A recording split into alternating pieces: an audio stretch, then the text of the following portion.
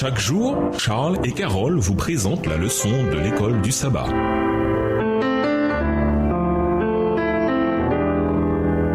Bienvenue dans notre émission. Dieu nous parle. Noël, leçon de jeudi, la foi sur la terre. Dans Luc 18, verset 8, Jésus pose une question à la fin de l'une de ses paraboles. Quand le Fils de l'homme viendra, trouvera-t-il la foi sur la terre? Nous qui sommes disciples du Christ, essayons de comprendre ce que Jésus recherche. Dans cette histoire, nous voyons que Jésus cherche une foi qui brille même au sein des ténèbres. Lisons Matthieu 8, les versets 10 et 13, Matthieu 9, le verset 2, Matthieu 20, les versets 29 à 34, Marc 2, le verset 5, Marc 10, les versets 46 à 52 et Luc 18, les versets 35 à 43. Dans ces passages, qui Jésus décrit-il comme ayant la foi? Matthieu 8, versets 10 et 13. Après l'avoir entendu, Jésus fut dans l'étonnement et il dit à ceux qui le suivaient, « Je vous le dis en vérité, même en Israël, je n'ai pas trouvé une aussi grande foi. » Verset 13. Puis Jésus dit au centenier, « Va, qu'il te soit fait selon ta foi. » Et à l'heure même, le serviteur fut guéri. Matthieu 9, le verset 2. Et voici, on lui amena un paralytique couché sur un lit. Jésus, voyant leur foi, dit au paralytique, « Prends courage, mon enfant, tes péchés te sont pardonnés. »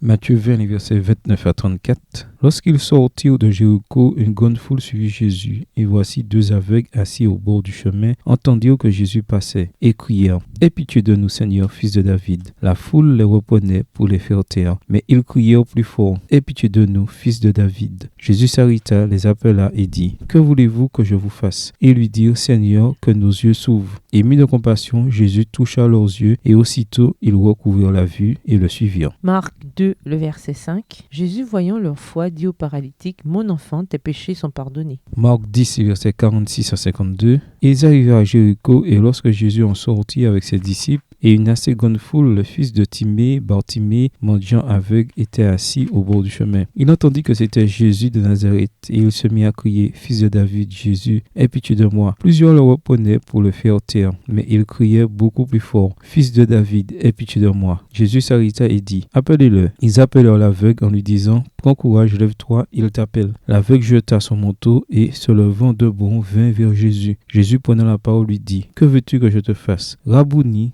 répondit l'aveugle, « Que je recouvre la vue. » Et Jésus lui dit, « Va, ta foi t'a sauvé. » Aussitôt, il recouvra la vue et suivit Jésus dans le chemin. Luc 18, les versets 35 à 43. Comme Jésus approchait de Jéricho, un aveugle était assis au bord du chemin et mendiait. Entendant la foule passer, il demanda ce que c'était. On lui dit, c'est Jésus de Nazareth qui passe. Et il cria, Jésus, fils de David, aie pitié de moi. Ceux qui marchaient devant le reprenaient pour le faire taire. Mais il criait beaucoup plus fort, fils de David, aie pitié de moi. Verset 40. Jésus s'est arrêté et ordonna qu'on le lui amène. Et quand il se fut approché, il lui demanda, « Que veux-tu que je te fasse ?» Il répondit, « Seigneur, que je recouvre la vue. » Et Jésus lui dit, « Recouvre la vue, ta foi t'a sauvé. » À l'instant, il recouvra la vue et suivit Jésus en glorifiant Dieu. Tout le peuple voyant cela, loua Dieu. Cette liste inclut des gens de foi qui brillèrent même dans des villes plongées dans les ténèbres. Dans Matthieu 8, les versets 10 et 13, c'est un centurion païen converti qui a une grande foi. Nous faisons aussi la connaissance de 4 amis qui ont fait un trou dans un toit pour faire descendre leur ami paralysé jusqu'à Jésus. Matthieu 9, le verset 2, Marc 2, le verset 5.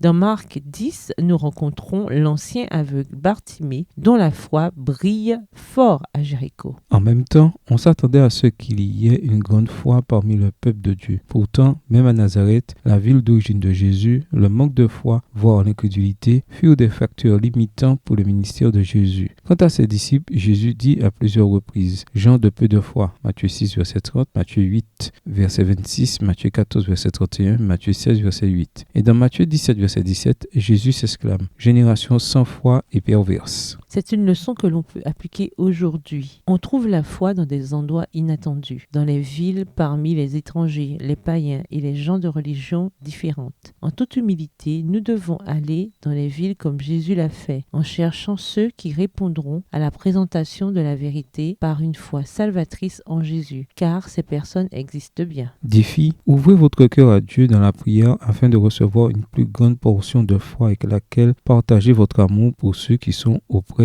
et au loin. Défi plus, comment avez-vous connu Jésus et les précieux messages des 3 anges? Énumérez 3 bénédictions spirituelles que Jésus vous a données dans votre vie personnelle. Préparez-vous à partager ces idées avec votre classe d'école du sabbat. Au revoir. Et à demain si Dieu veut.